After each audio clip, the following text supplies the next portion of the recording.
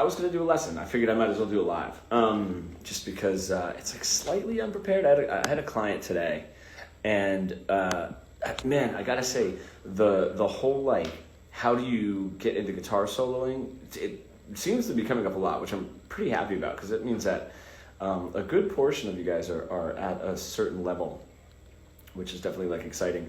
But what I was working with this client was we were actually trying to like, I feel like if you're getting into soloing, if you have too many options, it can get a little distracting. Yo, Johnny, what's up, man?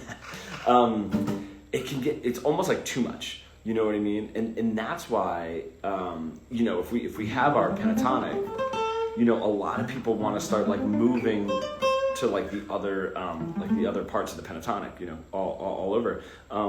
And that is like unnecessary, and the thing that we were really tackling here, Bishal, thank you, I appreciate that, man.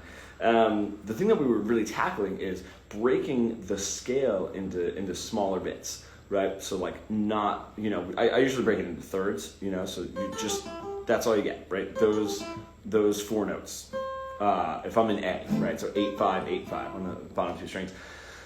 You would have to really be just killing repetition to eventually need to move on from there. But the best part too is if you took off four of the strings and you handed it to a player like B.B. King, if you're doing blues, Stevie Ray Vaughan, whoever, Jimi Hendrix, they would be able to play those four notes forever, and not let them get too boring. Now, sonically, they're all like in the same sort of area, so eventually just that's going to get a little redundant. But that is what you really want to do. Like if I I'm going to put on a blues backing track. I'm going to try not to make it too loud here. I'm in Spain right now, and I don't know how loud I am to like the people. I feel like I can hear them, but I'm just going to stick to the bottom.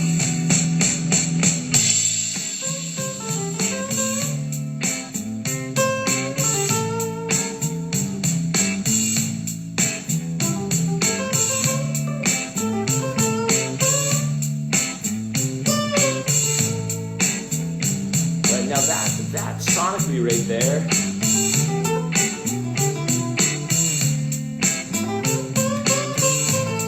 just because that's like all I really have that I'm landing on, then I would feel the need to move away from it.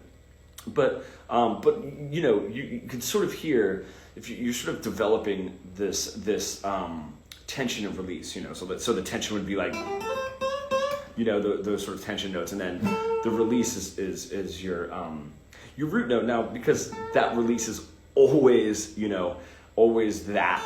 If these are your only four notes, and then sonically it'll start getting a little redundant. But melodically it's the same. Now, what we need to do is the only reason to move away from this pentatonic is this is the way that I really stress to my clients is, right now you have this as your low note, okay? And then that 8's your high note, kind of up to that 10, because we do tend to go up to like that second position on the bottom few strings pretty early on in our playing, sort of kind of hit it there.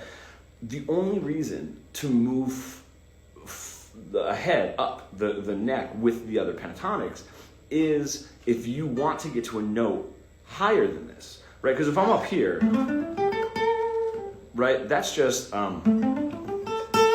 right, those are the same notes, unless you really wanted to get the tone up there, right? But that's just, so that's the way to think of it, right? If you're running out of ideas with this pentatonic, adding another position of the pentatonic is not going to help. To be honest, it's going to hinder, because you're not utilizing the notes that you already have. So more notes is just going to make it a little bit watered down. To be honest, usually that's what happens. Is it sort of gets watered down a little bit more, and then we start to lose what the notes mean. If we have our root note, the tension notes, the tension notes are always the note before and after that root note. So, we start to lose that. So one great way to sort of train yourself is can you play a lick, right? Let's see.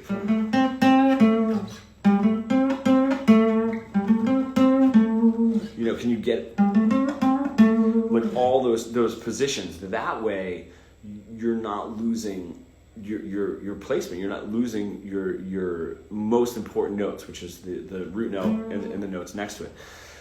That becomes a little bit more musical, rather than just trying to run up and down scales. So in really, really trying to build this sort of tension and release. I mean, I don't know where I am on this.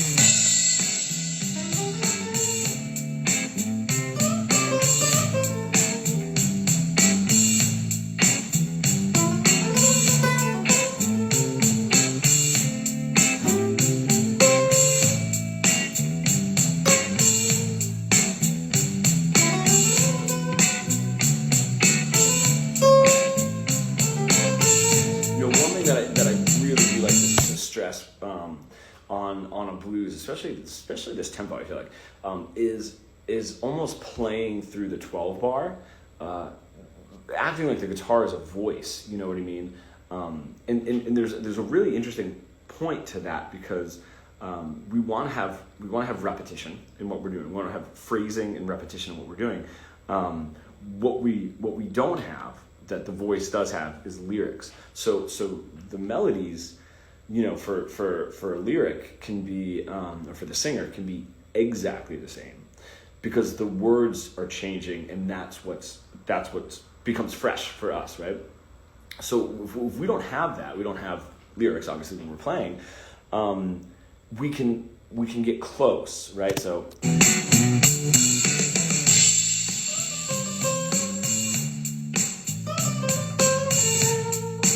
Those two kind of bounce back and forth. Now I can do the same thing, just vary a little bit.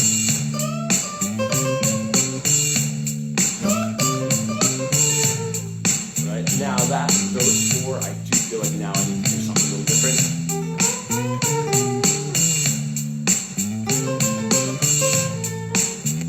Right, and that's how we start to develop this like repetition, close but not exactly the same. And the way that you really want to train to do that, to be honest, is I'm always interested. This always sounds easy when I say it, and I feel like it sounds easy when my client is hearing it, but it is. Can you play the exact same lick over and over and over? So like if you were to sort of jump into the 12 bar, just pop like a little. I'm just on like YouTube doing a backing track. Can you come up with a lick right away and then immediately repeat it? Okay, so it's not pre-written, right? So you're sort of playing on the fly. Now the way to train yourself to do this is to play a lick, play it 4 times, and then immediately play a different lick and play that 4 times. This really starts to activate that sort of memory repetition of what it is that you're playing. Then from there you can sort of change the licks a little bit as you're moving through it to give it a little bit more of a fresh feel. And you'd be surprised at how many people cannot play the same thing over and over. To the point where I've had students have to put like the guitar down, and we literally clap out rhythms, and can you clap out the same rhythm, and then we're going to add like the notes sort of in. So one way to think about it, when we're sort of moving along now, if we are repeating a lot, the repetition is what we need to sort of engage the ear of the listener and have them like sort of know what's coming, and then we can mix it up. The funny thing is we can always throw in those like that kind of stuff in there, and that just adds another dynamic level. If we are playing a little bit too structured, and a little bit too much repetition, we can always sort of move over. But this, like, that's not just a random grouping of notes. There is a little bit of lick repetition and phrasing that's just all tied together. So you never really want to think of like something that's super random. I mean, when those guys, especially the fast players, like, you know, Stevie Ray and Hendrix and guys like that, it isn't as random as it sounds. You know what I mean? It's just that the phrases, instead of, you know, and then that pause, and you know, it's training that part of your brain, you know, and getting that repetition, and then being able to just kind of push it out without having it to be in those chunks where it can just sort of be like a stream through. I feel like when it's random, you can tell when it's more random and not thought out. You know what I mean? Just because it starts to feel like it's not going anywhere. You know, I mean, and that's the biggest complaint that I get. For put this back on, that like a lot of my clients.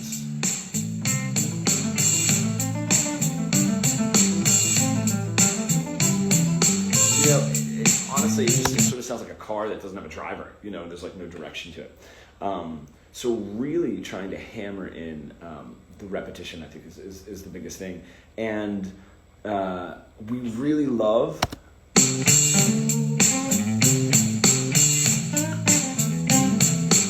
that root, though, it's very distinct. It's very sweet sounding to us, especially when we're playing early. So we do tend to rely on that. So make sure that you can build up that tension, you know. You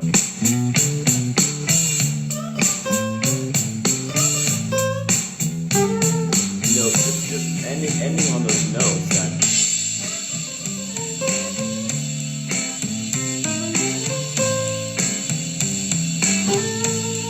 that tends to make that root note wanted. So something to stress. But I just had a great session with a client earlier, so I just wanted to kind of jump on and almost do like a recap. I didn't feel like, I don't know, scripting it out.